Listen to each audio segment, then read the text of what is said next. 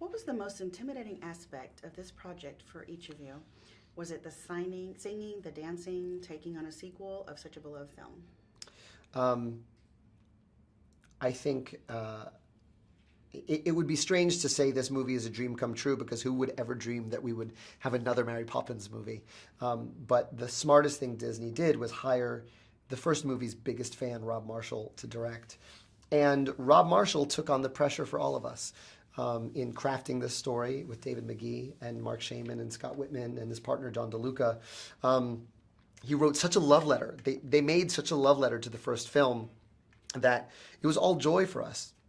It was, Rob comes from the old school mode of directing, which is he makes you feel like you're the only person in the world who can do this job.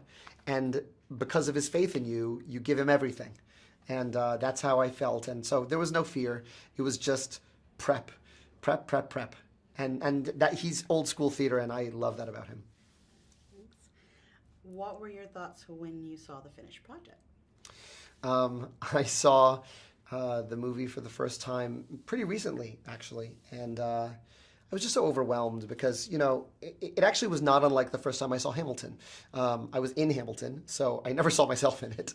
And the first time I sat in the audience, it was such a ratification in my faith in my collaborators and those choices and the choices they made. I was seeing things you cannot see from inside it. It was very similar to seeing Mary Poppins Returns for the first time, seeing the final animated sequence, which we, you know, acted our hearts out and sang and danced our hearts out on faith. And for that number to live up to our wildest dreams was just beyond compare. Thank you. What kind of message do you think this movie brings at this time? I think we're in a scary time.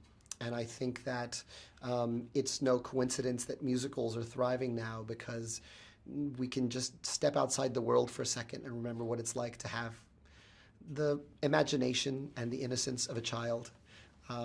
That's how I feel when I watch this movie. I know what happens in the movie, but I still watch it every chance I get, anytime there's a screening, because I'm stepping outside of the real world for a second and living in the world as Mary Poppins decided it should be.